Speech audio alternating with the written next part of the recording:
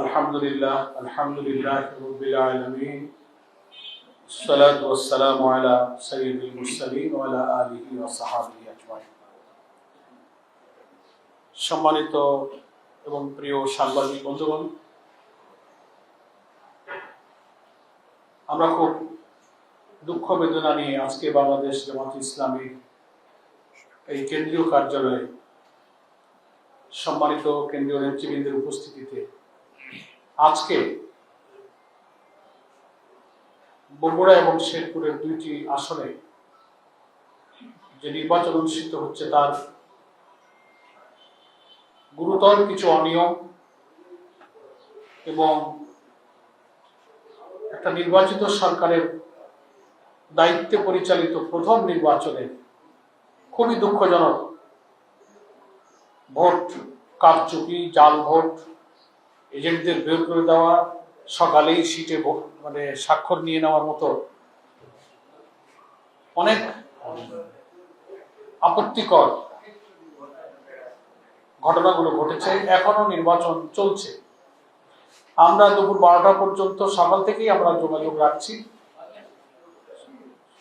দুঃখের সাথে আপনাদের কাছে এ ব্যাপারে বাংলাদেশ জামাত ইসলামী কেন্দ্রের পক্ষ থেকে প্রতিবাদ জানানোর জন্য এক্ষুনি তাৎক্ষণিক সেসব বিষয়ের প্রতিকার এবং ব্যবস্থা নেবার দাবিতে আজকে এই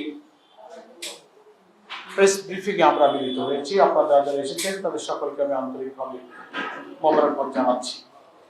যেহেতু আমাদের নামাজ সামনে, আমরা খুব দীর্ঘ করবো না। আমি সংক্ষেপে আপনাদের কাছে কিছু তথ্য এবং আমাদের উদ্বেগটা প্রকাশ করে আমরা ব্রিফিংটা শেষ করতে চাই। প্রিয় সাংবাদিক বন্ধুগণ, ভূমিকাতে আমি বলবো যে এই দুইটা উপনির্বাচন আমাদের প্রচার বিভাগের এহসানুল মাহবুব জুবায়ের ভাই আপনাদেরকে বলেছেন,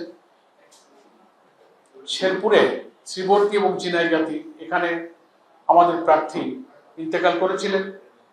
তার আগে শ্রীবর্তী উপজেলার সেক্রেটারি মাওলানা নুরুজ্জামানকে নির্মমভাবে হত্যা করে মাওলানা রেজাউল করিমকে হত্যা করা হয়েছিল।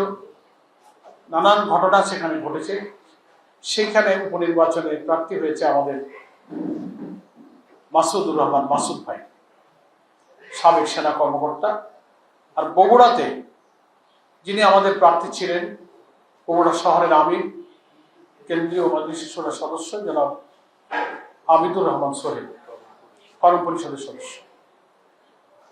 এবং আপনাদের অবগতির জন্য আমি আরো জানাচ্ছি যে আমরা বিগত 4, 5 এবং 6 3 দিন এই দুটি আসনে কেন্দ্রের পক্ষ থেকে আমি নিজেই সফর করেছি এবং আমাদের নির্বাহী সদস্য অধ্যক্ষ শাহাবুদ্দিন সাহেব আমার সঙ্গে ছিলেন।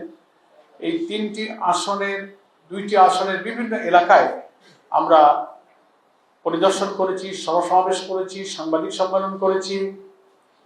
সেই সাংবাদিক সম্মেলনে আমরা ওখানে যে তথ্য পেয়েছি সে উদ্বেগ আমরা প্রকাশ করে এসেছি এবং আবেদন জানিয়ে এসেছি প্রশাসন, রিটার্নিং অফিসার, প্রিজাইডিং, পলিং যারা থাকবেন, নির্বাচনকে আপনারা নিরপেক্ষ করবেন।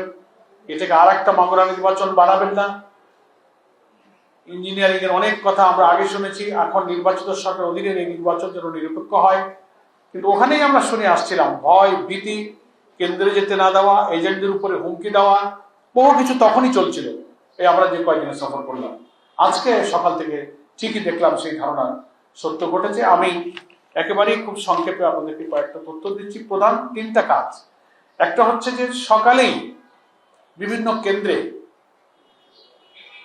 এজেন্টদেরকে আগেই, যেটা একেবারে নির্বাচনী আচরণবিধির খেলাফ, প্রিজাইডিং অফিসার জোর করে আমাদের এজেন্টদের কাছ থেকে রেজাল্ট শিটে স্বাক্ষর করে নিয়েছেন, যার নিয়ম হলো ভোট গ্রহণ শেষ হবে, গণনা শেষ হবে, ফলাফল তৈরি হবে, তখন রেজাল্ট শিটে সব প্রার্থীর এজেন্টরা স্বাক্ষর করবেন। এখনো তো ভোট এখনো বাকি, অথচ আমাদের কাছে স্বাক্ষর জোর করে নিয়েছে সকালবেলা। সেই প্রিজাইডিং অফিসারের কিন্তু স্বাক্ষর নেই আমার কাছে, তার ফটোকপি একটা তো আমি হাতে হাতে জোগাড় করতে পেরেছি। আর এরকম চলছে অনেক ঘটনা, সব তো আর এক্ষুনি দূর থেকে জোগাড় করা যায় না। সেটা হচ্ছে আপনার বগুড়াতে বগুড়াতে এটার কেন্দ্রের নাম হচ্ছে মালতীনগর সরকারি প্রাথমিক বিদ্যালয়, কেন্দ্র নম্বর 1। এই কেন্দ্রের যারা আমাদের এজেন্ট ছিলেন, সকালবেলায় তাদেরকে স্বাক্ষর নিয়ে নেওয়া হয়েছে রেজাল্ট শিটে। এবং দেখবেন এখানে প্রিজাইডিং অফিসারের স্বাক্ষরের জায়গাটা ফাঁকা ফাঁকা তো থাকবেই। সকালবেলা তো আর ভোটও শেষ হয় নাই, গণনাও হয় নাই, স্বাক্ষর করবেন কিন্তু এরপরে এখন ইচ্ছা মতো ভোটের সংখ্যা বসায় দিতে পারবেন, বলবে আপনাদের এজেন্ট তো স্বাক্ষর আছে। এটা একটা গুরুতর অভিযোগ। এরপরে জাল ভোট দিয়ে সিল মারা হচ্ছে এবং এজেন্টদেরকে বের করে দেওয়া হয়েছে। অন্তত 12টা পর্যন্ত আমি শেরপুরে নির্বাচনী এলাকা আমাদের, সেখানে 3 আর 3 6 7 8 9 10 11 12 13টা ভোট কেন্দ্র, যেখান থেকে জোর করে এজেন্টদেরকে বের করে দেওয়া হয়েছে এবং জাল ভোট দেওয়া হচ্ছে সিল মেরে। কেন্দ্রগুলোর নাম আমি আপনাদেরকে বলতে পারি, আমার কাছে তার ফটোকপিও আছে, প্রয়োজন আপনি নিতে পারবেন। কিন্তু সেই জাল ভোট ঠেকানোর জন্য আমাদের ইসলামিয়া কামিল মাদ্রাসা যে ভোট কেন্দ্র, সেখানে শ্রীবর্দী পৌর বিএনপির সেক্রেটারি আব্দুল্লাহ মোহাম্মদ দুলাল এবং পৌর আহ্বায়ক অপুর নেতৃত্বে সেই কেন্দ্রে ঢুকে এজেন্টদেরকে বের করে দেওয়া হয়েছে। এটার প্রতিবাদ করতে গিয়েছে জামাত ইসলামের ওই উপজেলা জামাত ইসলামের যুব কমিটির সভাপতি আমির হামজা। তার উপরে চড়া হয়েছে, মারপিট করেছে, রক্তাক্ত হয়েছে। সে নিজেও মিডিয়ার সামনে বক্তব্য রেখেছে, আপনারা ভাইরাল দেখতে পাবেন সোশ্যাল মিডিয়াতে। কিন্তু এই বের করে দেওয়া জাল ভোট এইসব কিছু এখন অনেক ভাইরাল হয়েছে। আর আগে তো আমি বললাম যেটা সকালবেলাতেই রেজাল্ট শিটে সই করে নিয়েছে মালতীনগর সরকারি প্রাথমিক বিদ্যালয়, এটা বগুড়া 6 নির্বাচনী এলাকা, কেন্দ্র নম্বর 1, এখান থেকে নিয়েছে। নেক্সট আপনাদের কাছে আর একটা তথ্য দিচ্ছি আমরা, যে পুলিশকে, সেনাবাহিনীকে, রিটার্নিং অফিসারকে আমাদের নেতৃবৃন্দ নির্বাচনী দায়িত্বে যারা আছেন তারা বারবার রিকোয়েস্ট করার পরেও কোনো প্রতিকার হয়নি। সেখানে বিএনপি প্রার্থীর পক্ষ থেকে নিযুক্ত পেটোয়া বাহিনী কেন্দ্রে কেন্দ্রে তারা হামলা করছে, মহিলাদেরকে ভোট কেন্দ্রে যেতে বাধা দিচ্ছে, তাদেরকে অপমানিত করছে, লাঞ্ছিত করছে। মনে হচ্ছে প্রশাসন অসহায়, কোন এক জায়গা থেকে নির্দেশিত হয়ে তারা যেন এখন আন্ডান, তাদের কিছু যেন করার নেই। তো সাংবাদিক বন্ধুদের কাছে আমরা এই কথাটা এই জন্য বলছি যে কেবলই 1-1.5 মাস হলো অবাধ নিরপেক্ষ নির্বাচনের কথা বলে আন্দোলন করা, সংগ্রাম করা, জীবন দেওয়া ফ্যাসিবাদ বিরোধী আন্দোলনের রাজনৈতিক দলগুলোর একটি বড় দল এখন ক্ষমতায়।